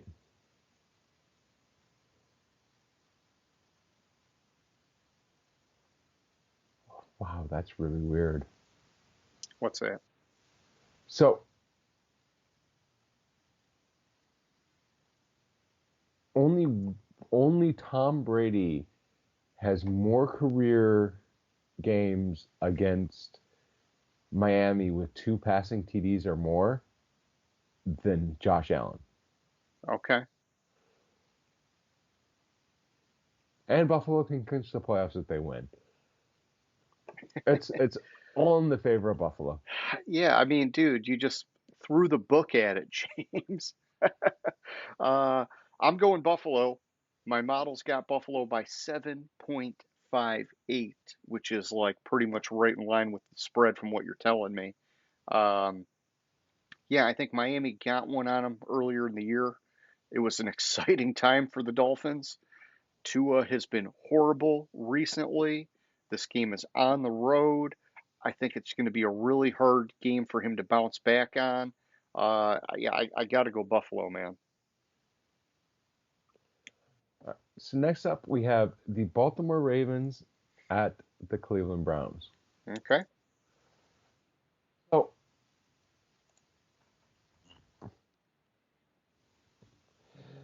when I modeled this out, where is it? It has a 2-point victory for Cleveland. But then I dig Man, into we're it a right little in bit. line. I dig into it a little bit. Yeah. Lamar's out. Lamar's out. Last week and the week and when they played at Tampa Bay, those are the two games this season where they were on the road as an underdog. Okay. Both games they won. Talking about Cleveland? About Baltimore. I'm sorry. Yeah, Baltimore. Yeah. The Browns have the 3rd worst defense against running backs this season. Okay. Yeah, and Dobbins has been pretty good when he's been healthy, which he's healthy. I'm going to go with Baltimore in this game. Oh, man. I got to switch your pick here. Making me do your dirty work, James. No, hey, dude, go it. If you're feeling with it, if you're feeling with it, go with it. I'm going Cleveland here. Our models are in line. I've got Cleveland winning by two. The models actually got it at 2.33. And like I was saying earlier, I think that this is where Watson really gets this team on the right track to start winning. And, last week was a big week for him, shaking off the rust. Baltimore has been highly suspect this year. Lamar's out. I don't know that they're going to be able to win their way to victory. I think Cleveland at home, I like them better. So I'm going Cleveland. All right. Next up, we have the Indianapolis Colts at the Minnesota Vikings, Yes, we do. which is a 1 p.m. Saturday game. Okay, okay. Uh, so you have the battle of the Vikings that are 4-0 against the AFC this year. Uh, um, you have the Colts who are 0-3 against the NFC this year.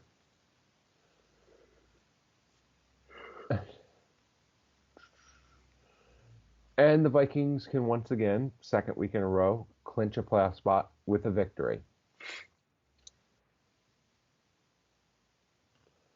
I plug all the information into my model, and I come up with a Colt victory.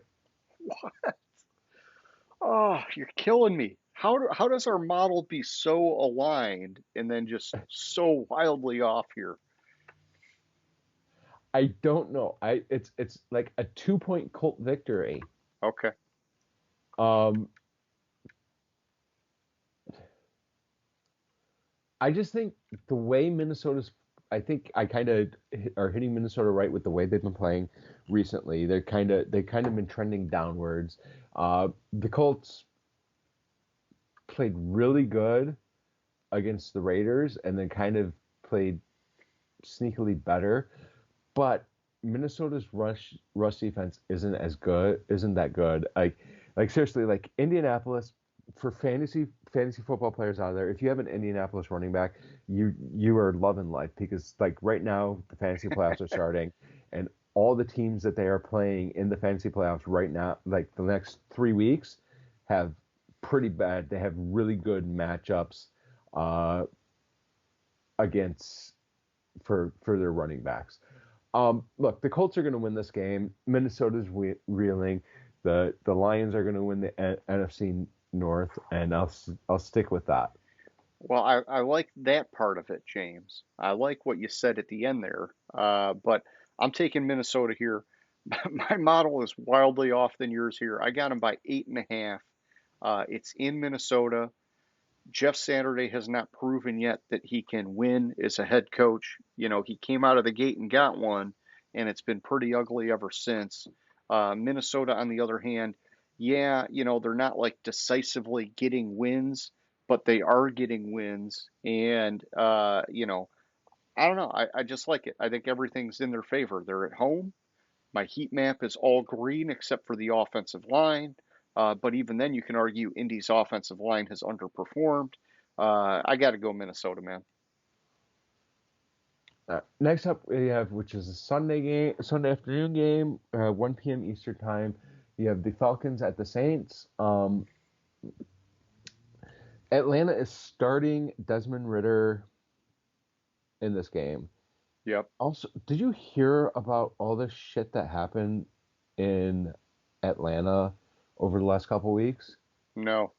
Arthur Smith told Mariota that they were going to start Desmond Ritter.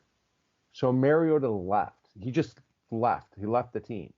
Okay. And that's what they put him on injured reserve, because if they waive him or cut him or do anything, that any team could pick him up. Well, I heard So he had knee surgery. yeah, but he just left. Like Okay. nobody, you heard from who he had knee surgery, because Arthur Smith, like earlier in the week or late last week, didn't know where the fuck he was. Uh, yeah, I mean, I'd have to look it up, but all right. So yeah, so he got sore about being benched, and he went MIA, and so they IR'd him. Hmm. He possibly had knee surgery. And either way, Ritter's going to be the starting quarterback, Yeah. Anyways, the which Saints is are. which we thought was going to happen at some point this year, Yeah. James. Yeah. So the Saints are trying to um, avoid double-digit losses for the first time. Like the last time they had double-digit losses was the year before Sean Payton in 2005 when they finished 3-13, and then they got Payton and Breeze, and Yeah, lit now it up for a long lit time. up. Um, my model has New Orleans winning by 6 on this game, Okay. and I'm sticking to it. I struggle to see Atlanta winning this game, especially with isn't this like Ritter's first start or his second Yeah, start? I think I'm it's his first one. yeah, I'm just struggling to see Atlanta winning the game with that. I gotcha. Yeah, so my model's got New Orleans by 5. I am excited to see Ritter play. Hmm. I've been wanting to get a good look at him because there was, a lot of good stuff coming out about him, coming, a lot of good stuff on him coming out of college this past year. And it just seemed like Mariota out of the gate was playing such good football that it was like no question they were going to stick with him. That obviously fizzled out. And so the time is right to go to Ritter. I don't know that he's like saving their season or anything, but it would be nice to get a good look at him so that they know what they got to work with for next year. And I don't know if that affects Arthur Smith's job by any means, but um, you know, it could be a factor. I mean, look, let's just say they lose out. Ritter looks horrible. They might say, "Fuck it, we're blowing it up and we're getting rid of Arthur Smith." If Ritter shows some signs of life and whatever else, they could be like, "Okay, well, this is Arthur Smith's guy for the future. Let's let him see what he can do now." And I'm hoping that that's the case. I just don't think they get the win here against New Orleans, and so Saints are my pick, man. Hmm. Next up, we have the Sunday night game, which is the New York Giants at the Washington Commanders. Didn't we just play this game 2 weeks ago? I know, dude. It's wild that they got it back to. I think for Washington, it's 2 in a row because they had the bye Yeah, week. yeah. So So I would have picked a tie because that's what happened in the last game. But the Giants have never tied the same team in a single season. And the last time that Washington did it was 1938. Washington actually tied a team twice in the same season. Yes, Holy cow! it was in 1938. Yeah, still that's pretty wild, man. Um, it was a team that's I got to look up this team because I think that's not a real team. I think my stat is um They're playing with you. oh my gosh, it is a real team. The Cleveland Elfies, Brownie the Elfies. No, they haven't played haven't been around since 1945 was their last season. Um, the last time Washington tied the same team in a season was in 1938 against an old New York team, the Brooklyn Dodgers The Brooklyn Dodgers football team. football team. Holy cow! They were the Brooklyn Dodgers from 30 to 43, then became the Tigers, then became the Yanks, and then are kind of indirectly related to the Indianapolis Colts Okay. Huh. because the Brooklyn Dodgers demise resulted in the creation of what is now the Indianapolis Colts. Gotcha.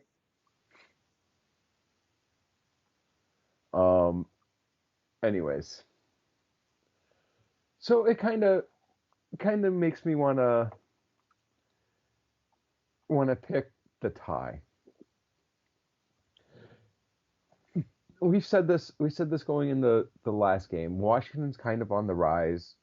The Giants are kind of on the decline, and we've been saying it all night. The Giants are on the decline. And I modeled it out, and I have the Giants winning by 8 points. Okay. And I'm gonna go with. I'm sorry. I have the Yeah. Commanders winning I by was, eight I was just points. going to ask you. Yeah. Yeah. Um, and I'm gonna stick with the Commanders winning this game, even though I really would like to pick the tie. Uh, Because that James, would I just think be you stole hilarious. my model, man. I've got Washington winning by 8 also. And so, Yeah, which is whatever weird. happened Like with that one game, I don't know, but all the other ones have been like all these locked in. all these games, like a couple here and there, like the that one I overrode my model. There's one.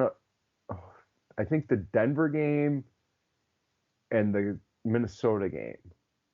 Like our models are complete fucking opposites, Yep. and everything else is like right lockstep in alignment. Yeah. Yeah. It's pretty wild, man. Yeah. No, and I mean, for this game, I got to go Washington. They've really come together as a team with Heineke at quarterback. They're coming off a bye. Washington is moving this way. The Giants are moving this way. Uh, you know, I got to go Washington, man. And then we don't have to pick next Thursday because we're going to be doing the show next Wednesday. Yes. All right. Well, what do you say? A little question of the week action, James? Let's hit it up. All right. So moving on over to question of the week. This one, it's going to be a multiple choice kind of question, and you can fill in the blanks whatever way you want. But, James, just a few short weeks ago, both the Giants and the Seahawks were solidly in the playoff hunt. And I think that these are two teams that nobody was expecting to be in the playoff hunt. And then all of a sudden, everybody thought, holy cow, like they're just definitely going to make the playoffs.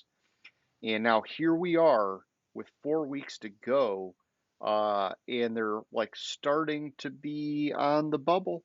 And so, anything could happen. And so I'm just going to ask you, and it's multiple choice in terms of will they make the playoffs?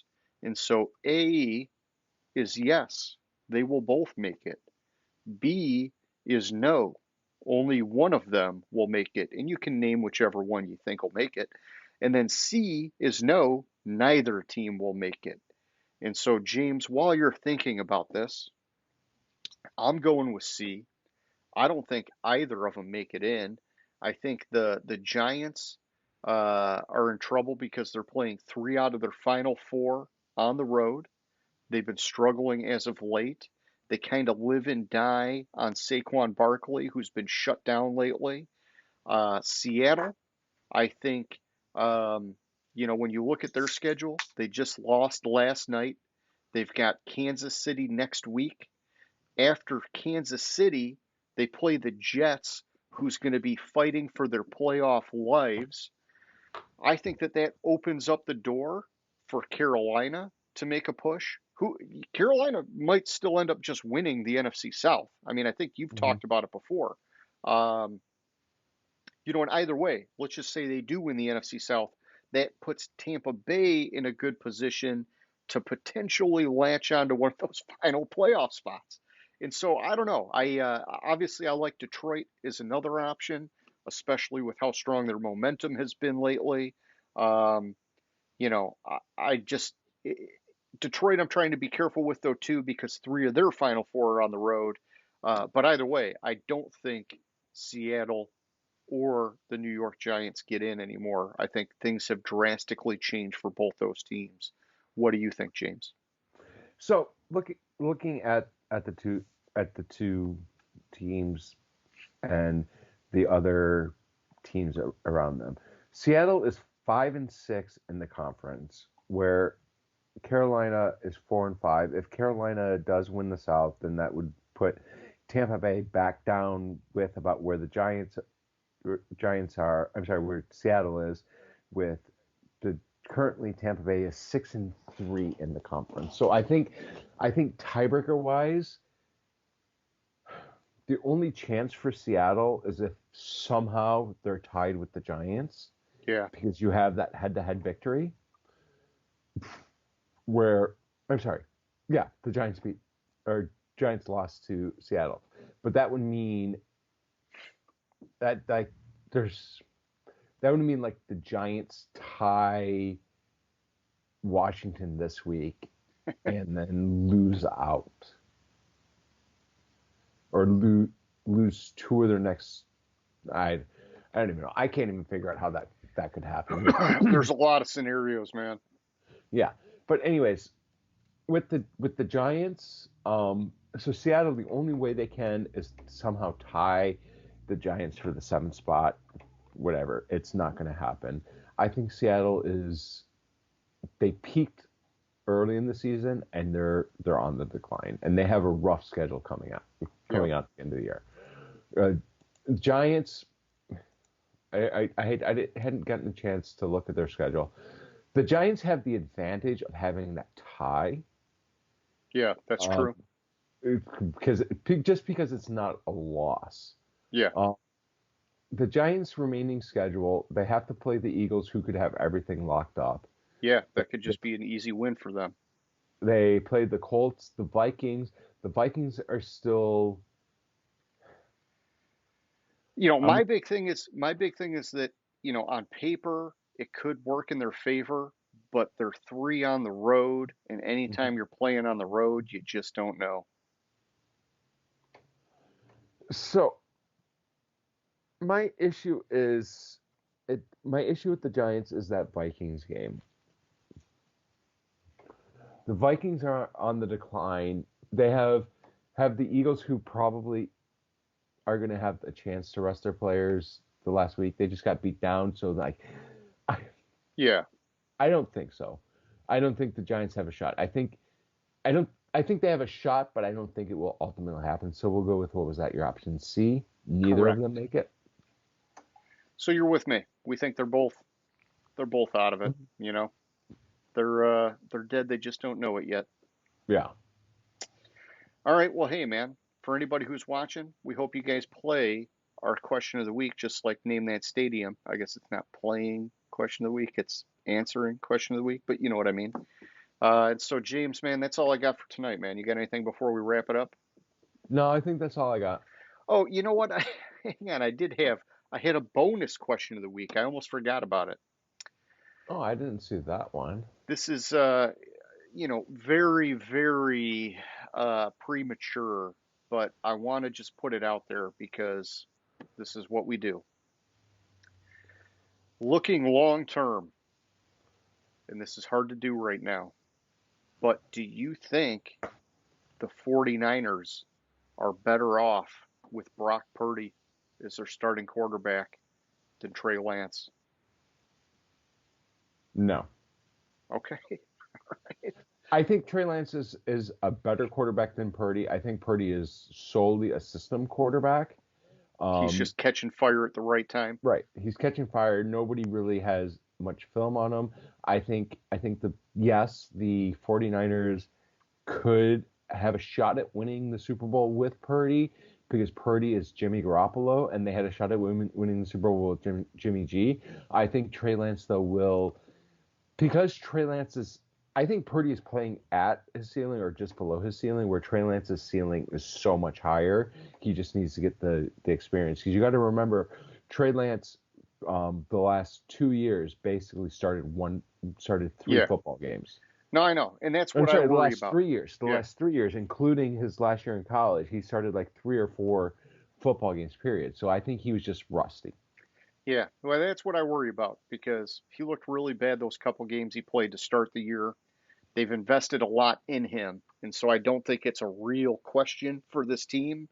But sometimes I wonder because Shanahan has taken quarterbacks, and I'm not just talking in San Francisco, but over the course of his career, and he's made these guys really good quarterbacks, or he's found guys that have just worked really well in his system. And it could be one of those crazy things where maybe Purdy is one of those guys that can run that offense highly effectively, especially if he has more time to actually run with the ones in an off season. But I don't think it's going to happen. I just a little bit of dreaming. I'm rooting for Purdy, man. Hmm. All right, well that's all I got, man. That's all I got. So yeah, you good? I'm good. You're good. All right. Well, hey, anybody still watching? We hope you liked the show. If you did, give us that thumbs up. Whatever, hit the like, whatever platform you're on. We're on YouTube, Facebook, like 6 different podcasts. We got our WordPress site, all that kind of action. And if you haven't already, subscribe, please. Helps us out. James, like always, man, it was fun. I'll catch you later, bud. Sounds good. Have a good one. Gridiron Grinder. Hut, hut, hike.